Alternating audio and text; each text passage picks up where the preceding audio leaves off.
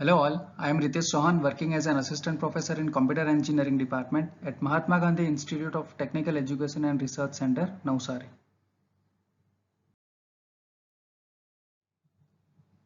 So we already complete till unit number 6. Now we proceed with the unit number 7, that is code optimization, which is an optional phase in phases of compiler. So the topics which are covered in these videos are optimization technique, which includes compile time evaluation, common sub-expression elimination, copy propagation or variable propagation, code movement, it may be loop invariant, or it is also known as frequency reduction, and strength reduction, and at last dead code elimination.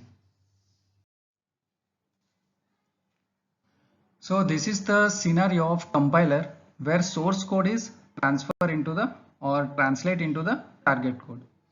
In source code, it is possible that user itself optimize the code. But after intermediate code, user can't optimize the source code.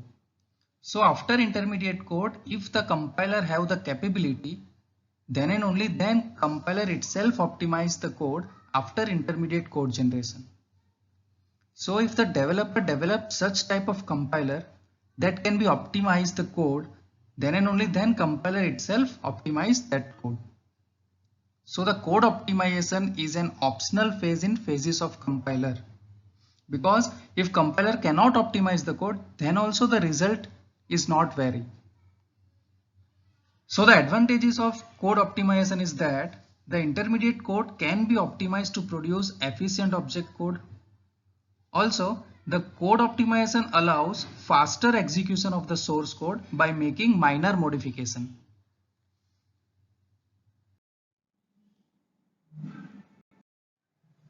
So the first method of code optimization is compile time evaluation. So compile time evaluation means shifting of computation from runtime to compile time. So instead of computing or computation done at the runtime, compiler does at the compile time. So there are two methods used to obtain the compile time evaluation. First one is folding. In folding technique, the computation of a constant is done at compile time instead of runtime. You have to mention this point in folding, that computation of only constant. Okay, so there is an example that length equal to 22 by 7 into d. So 22 by 7 is a constant, so the evaluation of this expression will be done in a folding. Okay, so here the folding is implied by performing the computation 22 by 7 at compile time instead of runtime. The second method is constant propagation. In this technique, the value of variable, okay, in folding the computation is done of constant, but in constant propagation the value of variable is replaced. Okay, if there is a value of any variable and we use that variable in any expression, then the value of variable is replaced and computation of an expression is done at compile time. For example, pi equal to 3.14 we declare, or r equal to 5. Okay, and if you apply if there is expression area equal to pi into r, then the value of pi, that is 3.14, and the value of r 5 and 5 will be done at compile time instead of runtime.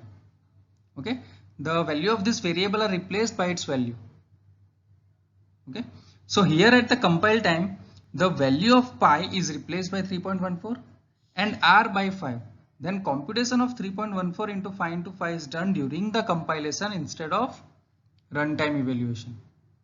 Okay, so in folding the computation of only constant will be there, but in constant propagation the values of the variable are replaced, and also evaluation of expression will be done at constant folding.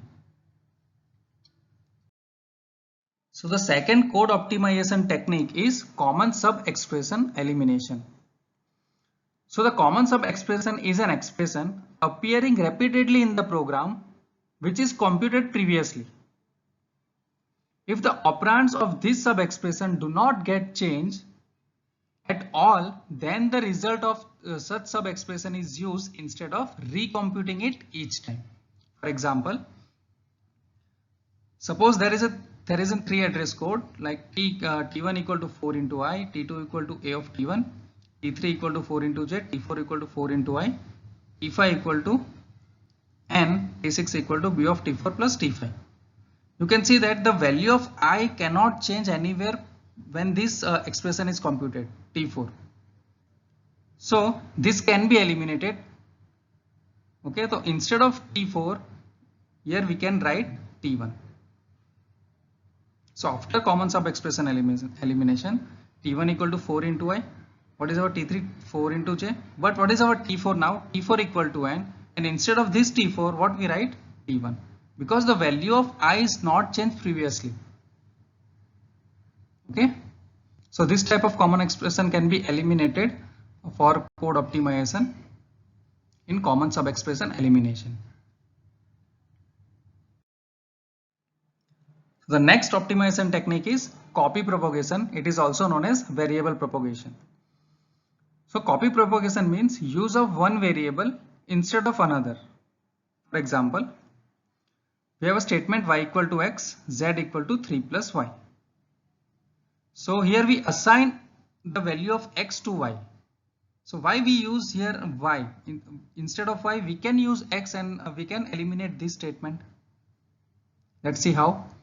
So the code, the optimization using copy propagation can be done as we eliminate this y equal to x because we assign the value of x to y.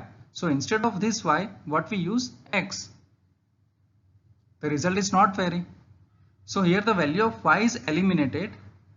Here the necessary condition is that a variable must be assigned to another variable or some constant. Then and only then we can eliminate such type of statement like y equal to x will be eliminated because the value of x we can use instead of this y.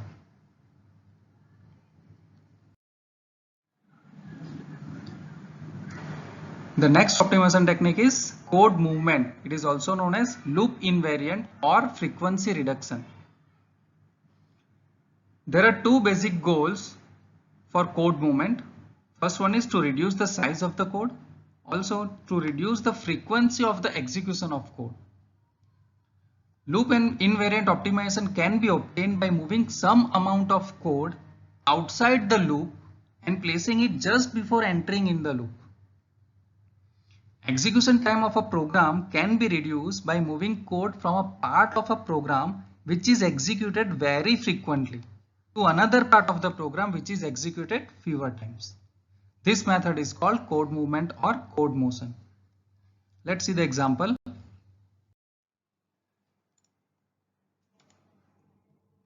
So there is a block of program where we have a for loop I equal to 1, I is less than or equal to 100, I plus plus, where z equal to I, x equal to 25 into a, y equal to x plus z. So here you can clearly see that x equal to 25 into a is an invariant because the value of x is remains as it is when we evaluate this expression y equal to x plus z. Only the value of z is going to change here. Okay, so 100 times this x equal to 25 into a will be executed in this loop. So instead of this, what we do, we put this statement outside this for loop just before entering this for loop. For example, if you put x equal to 25 into a, so this statement will execute only one time instead of 100 times. And also the value of x is not going to be changed if we only compute this expression one time. Okay, so here x equal to 25 into a is a loop invariant. Hence in the optimized program, it is computed only once before entering the for loop, that is y equal to x plus z. y equal to x plus z is not a loop invariant. Hence it cannot be subjected to frequency reduction.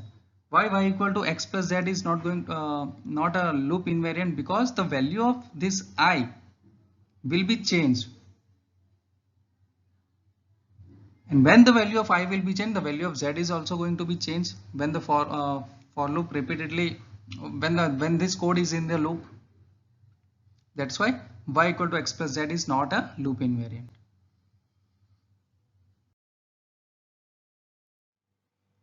So the next code optimization technique is strength reduction.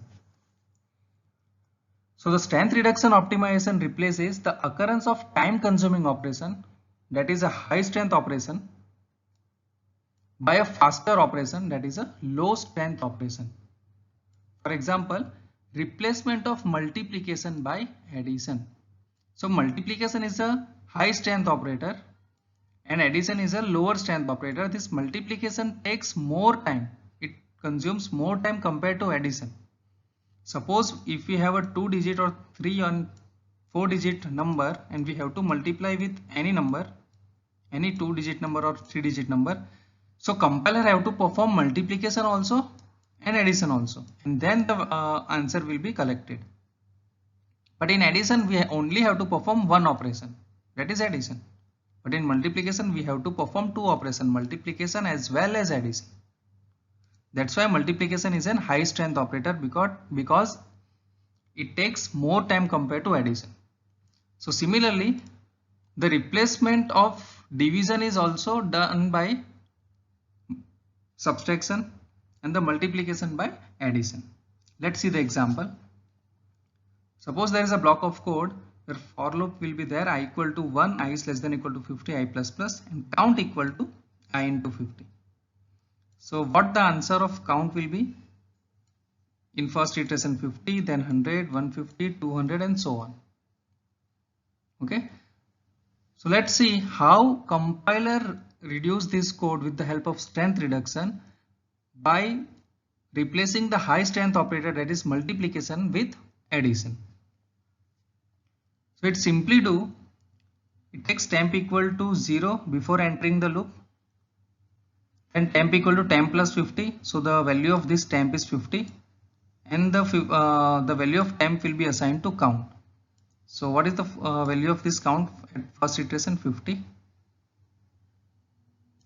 Similarly in second iteration, what is the value of temp? 50.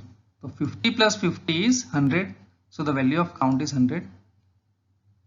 And then 150, then 200 and so on. So here you can see that this code takes less time compared to this code to compute the value of count. Okay. So here the high strength operator, that is star, in I into 50 here occurring inside the loop is replaced by a low strength operator, that is plus, in temp plus 50.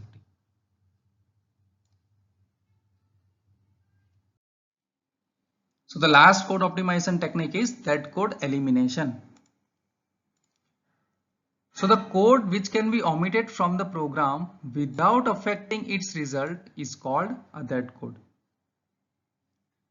The variable is said to be a that at a point in a program if the value contained into it is never been used.